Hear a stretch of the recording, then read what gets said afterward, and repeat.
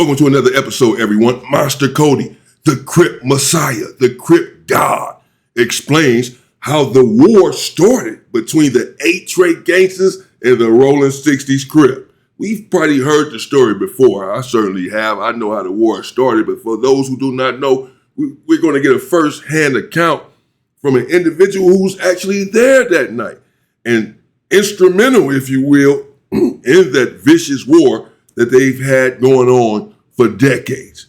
Monster Cody, rest in peace. Check out how the war started between these individuals, though. Her brothers came, beat BB up, they were 60s, broke his rear, threw him in the trash can. Homies felt offended. We got to fight Friday. After school, we got to fight. You know how it is. They went on the side of Hobart. Friday, homies, head up. That's what we usually do. Them is our type. 60s is our dogs. We ain't tripping. Head up, handle that beef, squash it, step on. Fatty started fighting with Tyrone. Tyrone's brother was Big Rick, OG 60, rider, moneymaker, hustler, thug motherfucker. Him and Fatty fighting. Boom, bad, boom, both big youngsters. Boo, bad, boo, bad, bad, bad, boo. Squalling. Fool named Daryl Oaks, the hood just recruited. He was really from 9-0. Went around the corner, got the strap. The homie. Came back. He was on the hood like 2 days. He thought it was something more serious than just the fisticuffs. And that's all it was. And it's 79. Ooh, this is 70s. It's September 79. Man, it's still the 70s. It's all about this, fool. Fool come back with the heat. Tell Fatty move, dump. Boom, boom. Kill Tyrone. Shoot him in the head and the chest. Shoot Bogart. Boom, from the 60s in the stomach. Rest of them break. We all break too. We're like, damn. Man, what you tripping on? 60s coming to the hood though. Big Rick, the OG, Babyface, Baby Huey, Motor Mouse, 60s, OGs, killers. Coming to the hood. All they want is to shoot her. Kill their brother. They ain't tripping. Like, man, we want the motherfucker to kill my brother. That's what Big Rick said. We was like, man, we don't know him. We didn't. He just started claiming the hood in 2 days. We couldn't give him up. We didn't know the motherfucker. Fools them took it as a sign of us saying we ain't giving him up. We threw a big meeting, big sidewinder, big Keystone, all in from the 60s, Big Joe Rat, Mumbles, Mumpy. Threw a big meeting at the park. The meeting became a big gang fight. It fell into name calling, disrespect. People started getting hit, bombed on. It turned to a big gang fight. Pigs came, helicopter 40 feet off the ground, ran everybody off. From that point, September 27th, 1979, the Rollin 60s and the 8 Trays have been mortal enemies. They've killed over 20 of my homies. And we've killed over, I'm sure, 27, 28, 9 of them. Black men, young men, unfortunately, just been getting cut down in this war since September 27th, 29th. Yeah, man. Damn. That's crazy. And Monster Cody, you know, he was very reflective, very smart, very brilliant, as I've said before. This right here was not necessarily towards the end of his life, this interview right here. This is Kev Mac video. Shout out to Kev Mac, who has some history on his channel. Kev Mac, this is history in LA and LA culture for sure. Monster Cody has since passed away, of course. No one will be able to interview him again. So this is history Kev Mac was really able to capture. And he's reflective in a lot of these interviews and clips that I've seen. I haven't covered not even most of them, but I'm going to, because he has a lot to say, does Monster Cody, and he's very brilliant. But that's crazy how this war started. Monster Cody at least says that the dude had been from the hood for only 2 days. So when the Rollin 60s came and we're saying, man, get this dude up, you know, basically it won't be a war. It won't just get this dude up. But certainly they're going to kill him, right? They don't want him to talk to him. They're asking them to give him up because they finna take him in that car somewhere and torture him and do away with him. He done shot their brother in the head and wherever else, chest or something, then took one out. Apparently, this is an individual who was trying to prove himself since he had only been from the hood for 2 days. And this was what Master Cody is saying, man, it's not that serious. This is September of 1979. We're squabbling up at this time, and no one is using weapons. We're just squabbling, and the Rollin 60's were our friends. And it was just a fight. So we were like, okay, it's just a little squabble up. These are the homies. It's all good. Over a female or what have you, over one of those individual sisters. They end up squabbling up. But this individual, eager and overzealous, apparently to prove himself, then ran off and got a gun. Been from the hood for all of 2 days. And came back and did what he did. So now it's up. Of course. So, the head honchos from Rollin 60's, that's who he named, and Sidewinder is the head honcho from 8 Gangsta. He's a co-founder of 8 Gangsta. So these Motor Mouse and these individuals pull up to confront the 8 Gangsters and say, hey man, just give us this dude that done killed my brother, did all this nonsense, give him up, and we'll just leave it right there. We're not going, it's not all of y'all, we're not going to take it out on all of y'all. It's just this individual here. Shit. They said, well, we can't give him up. We don't know him. We don't know who he is. We don't know who he grew up at. He didn't grow up right here. He's not from the hood like that. He just got put on 2 days ago.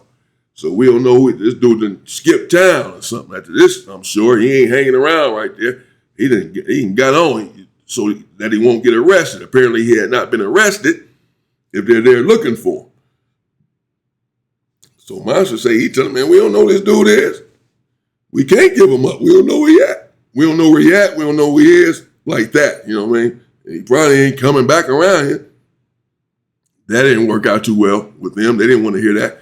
So then they go to a park, have this big old meeting to try to settle it and squash it and see how they're going to work it out since they can't get their hands on the individual that's responsible. And then as we hear Monster say, it went up from there. They at the park, whatever, however, the argument ensued, which is normally what happens if your gangs are not allies, and they are allies at the time, but nevertheless, they didn't got into it now, and someone that came up dead, someone important apparently. So tempers are going to flare in that situation, and they're all out there. Something was said, and now they all out there squabbling, and here come the police, and it's been on ever since. It's been on ever since. This is how it started, and it's been on ever since, nonstop. And as Monster just said,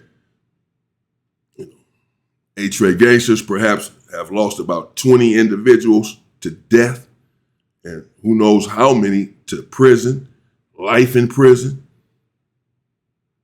And the Rollin 60's have lost 27, 28 individuals to death, and who knows how many went to prison, life in prison. This doesn't account for the individuals who were maimed, eye taken out or whatever, from gunshots. We just talking about the ones who died, but who knows how many have been shot but did not die, paralyzed, all this sort of stuff. As I said, life in prison. The war has been extremely costly. A lot of people have lost their lives, their livelihoods. A lot of black mothers have cried over this war.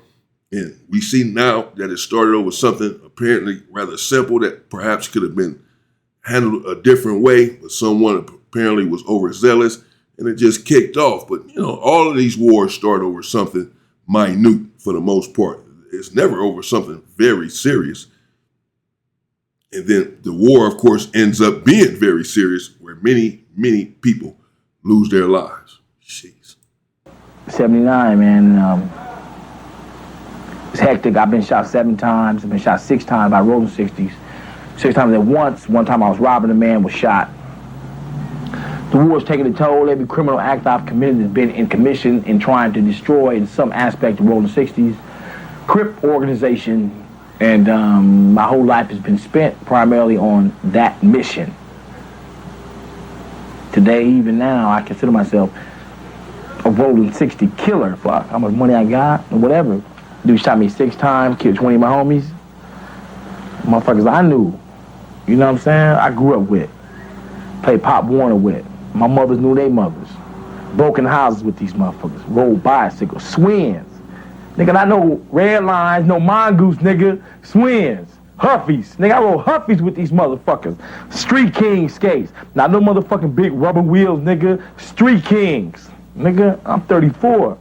I was born in 63, not 73. I've been around, man, with the school, man. Graduated in 75. Went to the 7th grade.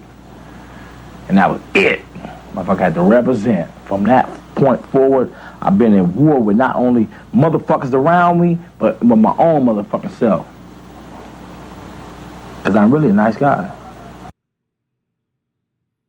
Sheesh. Damn. That's a cold look to end it on right there. Look at it. Because I'm really a nice guy. Put the big old bleezy in his mouth and gives that, the eyes are telling, man. Look at those eyes, bro. Sheesh. He may be a nice guy. He might be to some people, man. To his children, to his mother. But nah, he was on the streets of LA. He was not a nice guy. He got the name Monster for a reason. The man has been known to cut off arms and walk around with them. He was 34 years old at this time during this interview. A little out of shape compared to how he normally is. Some of life's vices and turmoils perhaps had not taken place all the way at that time. Still a strong and astute individual, but he was until his last day. Really, that last interview was one I'm gonna get into. So, the last interview before his death, but he was still in every interview that I've seen with him. He's rather insightful and reflective. The interview that he had on 60 Minutes, it's the same thing. So it just always amazes me again how someone with so much brilliance can end up going through some of the things that he went through in life. But at the same time, it does not amaze me because we all go through something. We all have our vices. We all need help in some sort of way. Every single one of us. So do not judge lest ye be judged. But there you have it, man. The war with the Rollin 60's Crips and the A-Trade gangsters and how that war started. Wow. September of 1979 over a fight that turned fatal. And then they tried to hash it out, went to the park to try to work it out. If only they could have worked it out that day at the park. If only that individual would never have pulled the trigger and just left it as a fight, whatever, because it's just so much that has come from that. You know, of course, hindsight is 2020. You look back on it, I'm sure many of them have on both sides and said, man, if we wouldn't have, if we could have hashed it out that day, we'd have never been at war. So many lives would not have been lost or affected. But that's then. There's nothing that we can do about it. That's hindsight. All we can do is try to do something about it now. They tried to make, ways and have tried to come together, talk peace, as of late, the two groups, and hopefully at some point they can actually reach that and stop the death and the turmoil in the community. This is for every gang, black gang that is beefing with one another. We need to stop and put the weapons down because this war here has caused so many deaths, 50 or so deaths total. But every war, every hood has the same story. Every hood has a monster Cody, famous or not, and can sit here and give the same reviews and the same data about the war that they've had, with whatever hood they have the war with, and how many of their homeboys they've lost in that war, and how many of the homeboys on the other side have been lost. Everyone can give you the data with every gang that has been involved in these wars. And this story, again, is a universal one. This story is one that goes around to every gang in LA or anywhere else that has another gang as an op. You can detail how the war started, why the war started, and the aftermath and the fallout from these vicious genocidal wars. We just want them to stop, and hopefully they will soon. Let me know what you think in the comments. Rest in peace to Monster Cody. Shout out to Kev Mac Videos. great work you've been doing over there. You had did. I didn't know you had all of that stuff over there on your channel. Don't mean to be taking all of your content, brother, but this is history. I know of Monster Cody at least, and Big U and Tookie and everyone else. You know, I've lived this life myself for a very long time, and I'm hoping that I can do something to help bring light to what's going on in the ghettos, catacombs, and grottos of America, and hoping that we can put the weapons down as a people.